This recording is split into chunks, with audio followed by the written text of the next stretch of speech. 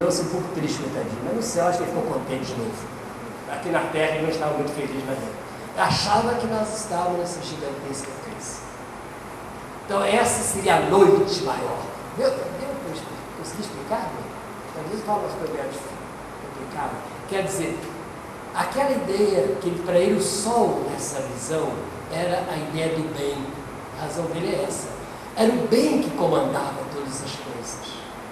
Fazer o bem. Quando falaram de Jesus, passou a sua vida fazendo o bem. O bem era grande ideia, grande modo. E quando eu fazia o mal, eu sabia que fazia o mal. Percebe? Quando o bem é o sol e eu estou na sombra, eu sei que eu estou na sombra.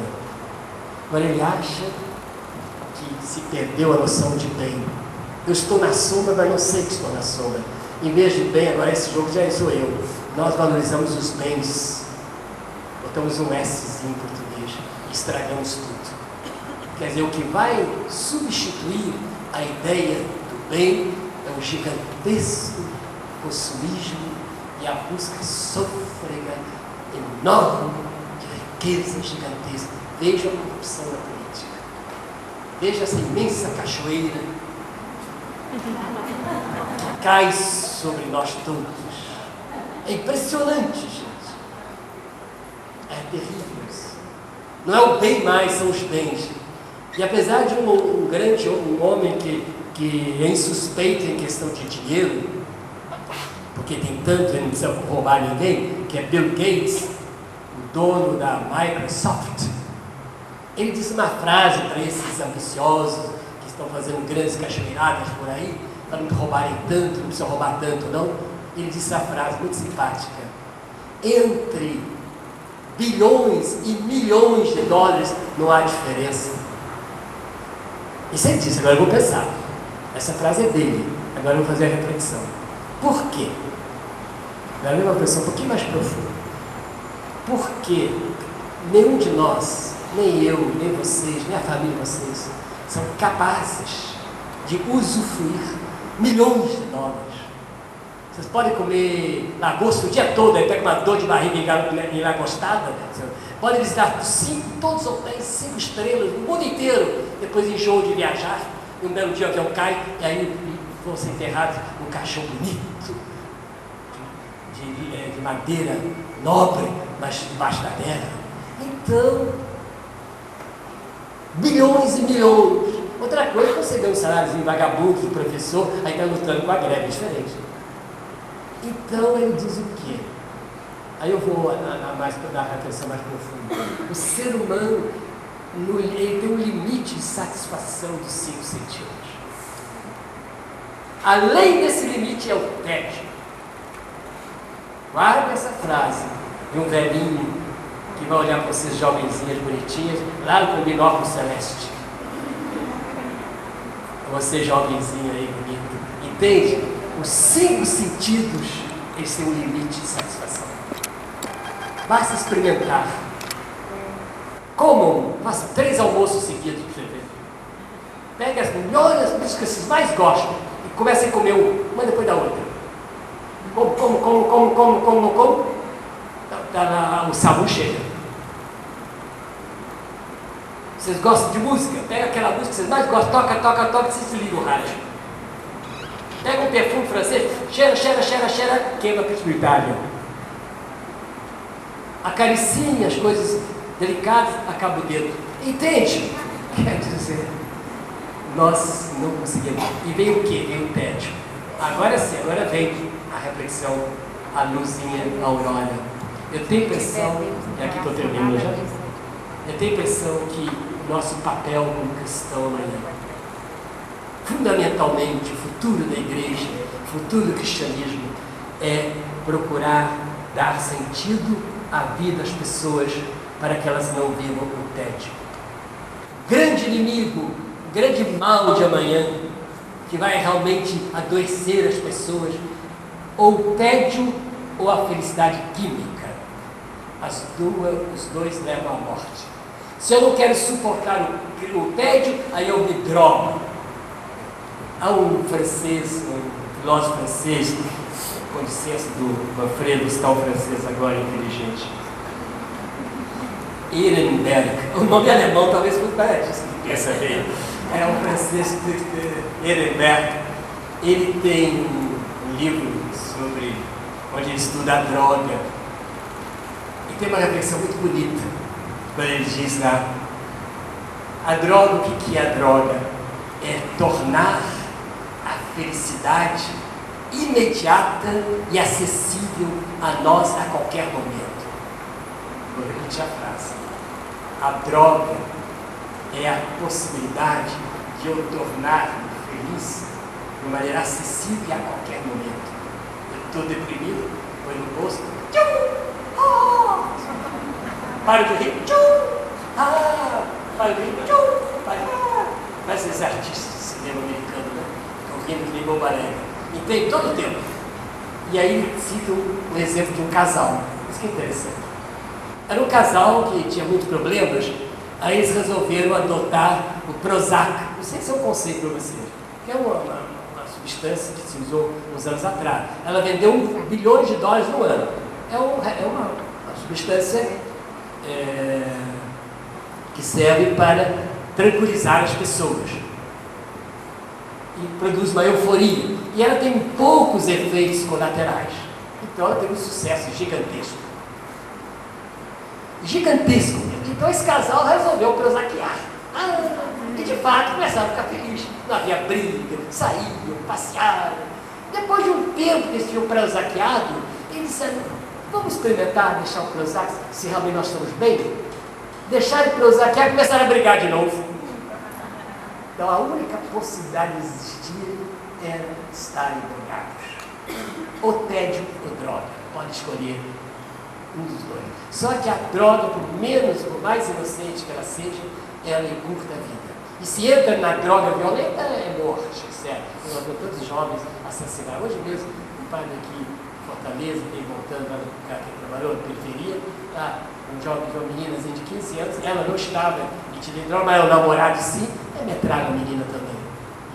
Nem ela é drogada. Se de namorada de um drogado, é assassinada. Isso é droga. Mas deixemos essa droga violenta. Vamos nessa droga civilizada. Então ela vai nos manter felizes artificialmente, mas pouco tempo. Porque é impossível que o ser humano não tenha algum momento em que escape da droga e venha aquela solidão terrível, que é o tédio, o não sentido, no sense, absoluto não sentido. Aí é o desespero. E aí termino com um caso que aconteceu lá em São Paulo, do Brasil. É um adolescente que tinha várias vezes tentado suicídio.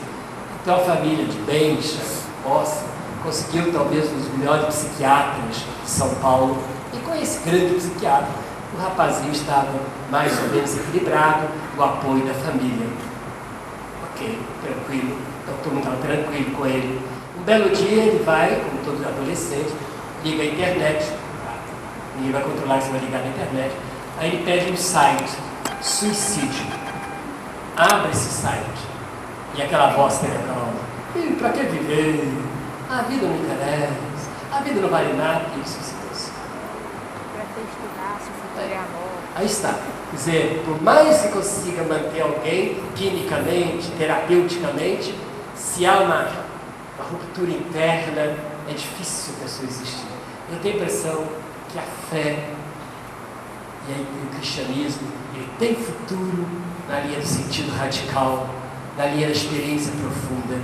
E termino dizendo, no aprofundamento do Jesus histórico que nos leva a esse compromisso com os deserdados, os mais pobres da sociedade. Aí sim a nossa vida vai ter sentido.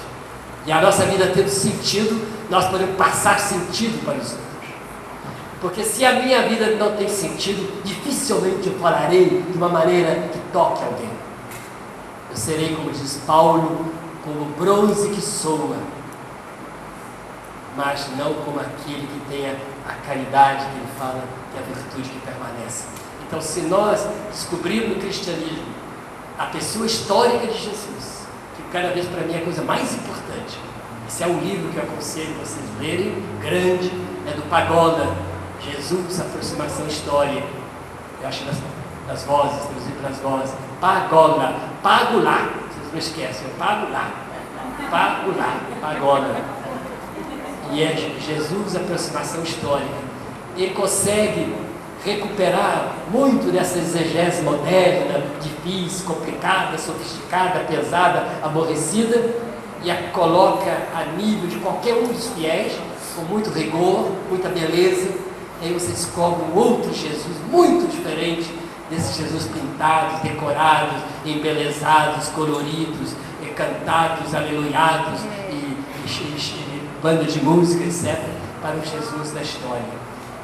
Com ele, nós podemos realizar o que Marcos disse em Marcos 14, 15. Aí termina a frase de Marcos: Ho kairos peplerotai, o tempo qualitativo, kairos, chegou a peplerotai, ao pleroma, a plenitude. O reino de Deus está próximo. O reino de Deus é a presença salvadora de Deus na pessoa de Jesus. Convertei-vos, mudai de vida e crede no Evangelho. E o Evangelho é o anúncio da boa nova, começando pelos mais pobres e pelos desprezados da sociedade. Muito obrigado.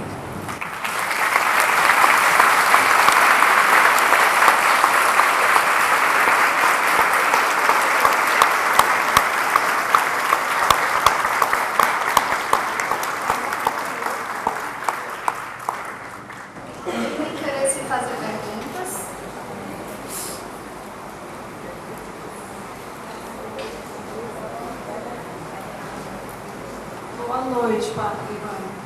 Sou eu mesmo. Deixa minha pergunta. Eu ia fazer a pergunta, o senhor acabou de responder. É assim. Mas eu vou fazer mesmo assim. Qual o futuro do cristianismo? Aí eu ia lhe perguntar, antes do senhor falar do pago lá, né? Pago aqui e lá, agora. Que cristianismo? Qual foi o cristianismo que não foi ensinado? Às vezes eu me pergunto, quase que constantemente, como se chegou até aqui, olhando assim para as bases do cristianismo, está entendendo? Quando eu vejo a proliferação de tantas igrejas, da nossa mesmo, o que nos está ensinando cada vez mais? Aí eu vinha com essa pergunta, aí o senhor terminou respondendo, não, vamos buscar o Jesus histórico no Pagola. Ótimo, mas quem não tem essas condições, eu lá no rural... Não no Pagola, né? Pois é, mas quem não tem essa condição, sabe, dessa libertação, aí vai ter que encontrar um Jesus renovado, enfeitado, cantado, sei lá, até menos pagolado, para encontrar de todos os jeitos, menos quem não tem a condição, sabe? Porque a minha pergunta desde sempre foi essa: como se chegou até aqui, com toda a hierarquização, com toda a nossa igreja, com todo o nosso Vaticano nas costas, entendeu? Eu não me conformo com esse cristianismo. É isso que eu tentei toda a palestra mostrar que a secularização foi trazendo como provocação para nós descobrirmos essa raiz mais profunda. Eu falava da experiência de Deus, né, que é o mais importante. O humano assim só pode ser Deus mesmo, citando o Boff. Praticamente a palestra foi tentar responder a sua pergunta. E quando eu falei de Pagola, eu dei um exemplo de um livro, mas o importante é o encontro do Jesus histórico, Jesus palestinense, que passou a sua vida fazendo bem, como diz os Atos. E esse Jesus, ele está sendo repensado por nós. Agora, nós estamos na história, então criamos muitos avatares, criamos muitos elementos negativos, mas toca-nos a purificarmos continuamente a nossa fé.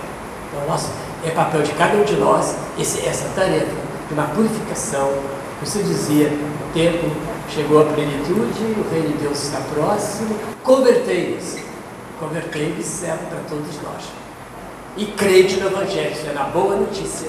Isso é o Evangelho, está sendo anunciado, a boa nova, Deus é Salvador, Deus acolhe, Deus perdoa, Deus ama, e especialmente, posso sempre insistir nisso, aqueles que são os marginalizados e desprezados da sociedade.